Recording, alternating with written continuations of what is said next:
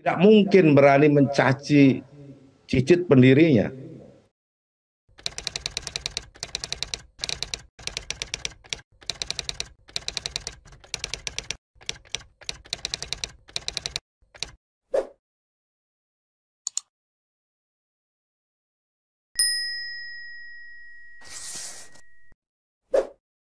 Yeni Wahid atas respon pernyataan Caimin yang mengaku menjadi korban kudeta saat diberhentikan sebagai Ketua Umum PKB ketika terjadi gejolak internal partai pada 2008 lalu.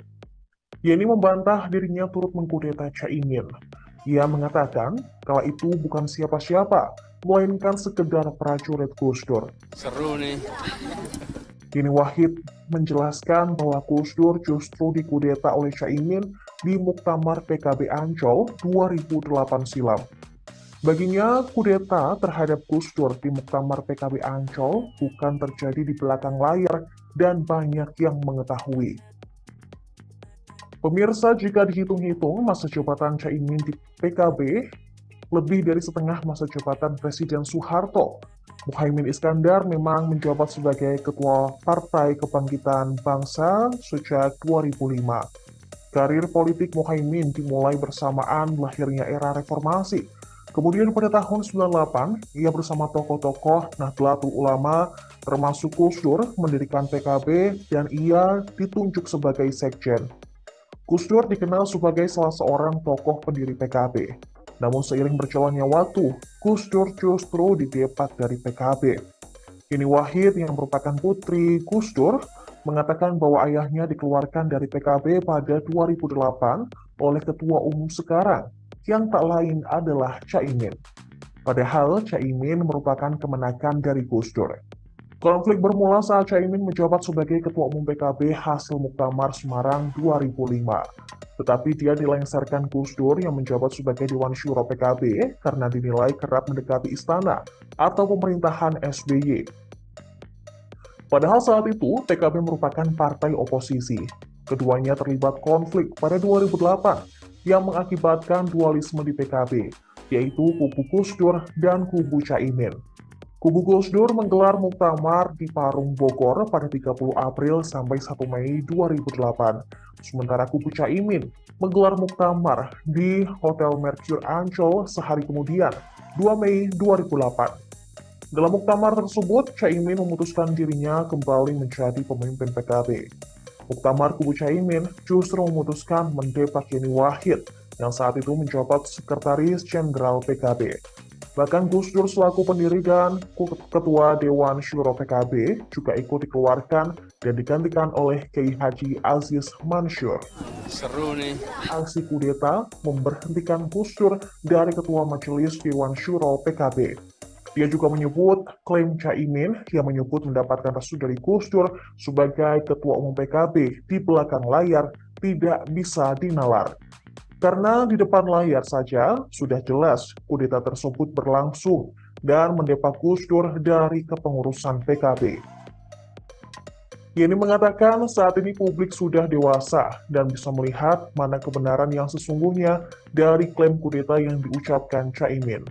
Bahkan Gus Dur, dikatakan Yeni, telah memberikan wasiat kepada pengikutnya agar Caimin harus diganti dari kursi Ketua Umum PKB. Dalam wasiatnya, Gus Dur menyebut Caimin harus diganti.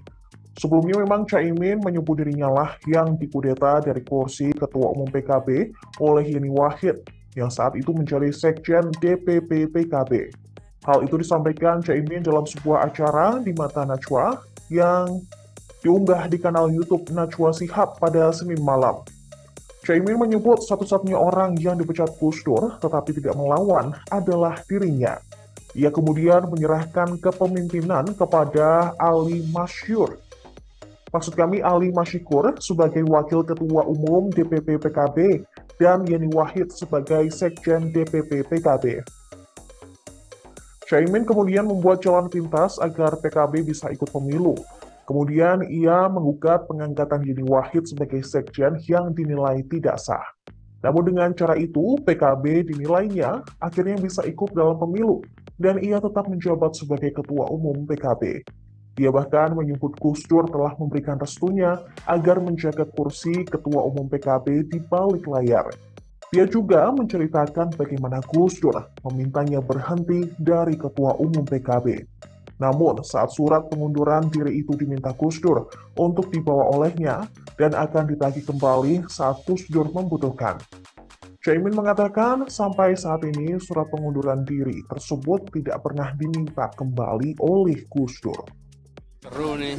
Yeni Wahid mengatakan akan sulit mendukung capres yang bersanding dengan orang yang telah mengkudeta Gus Dur.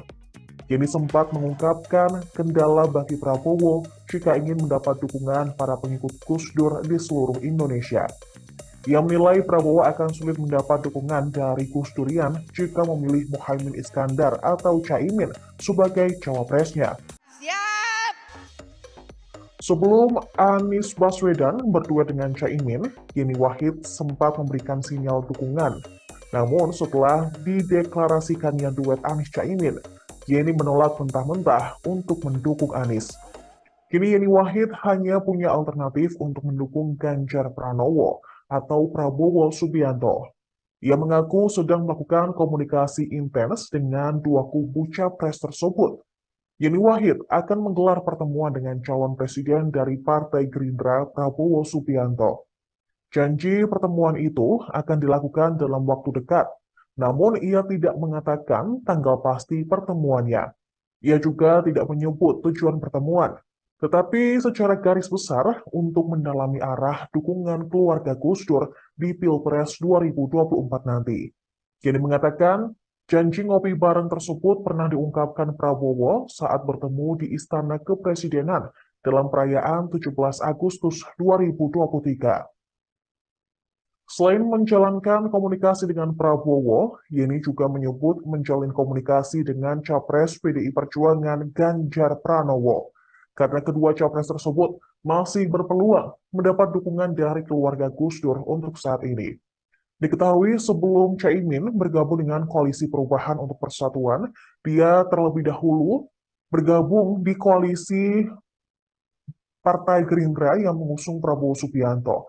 Namun, pada hari Sabtu lalu, Partai Nasdem dan juga Koalisi Perubahan secara resmi telah mengumumkan bahwa Caimin akan menjadi cawapres dari Anies Baswedan untuk Pilpres 2024 mendatang.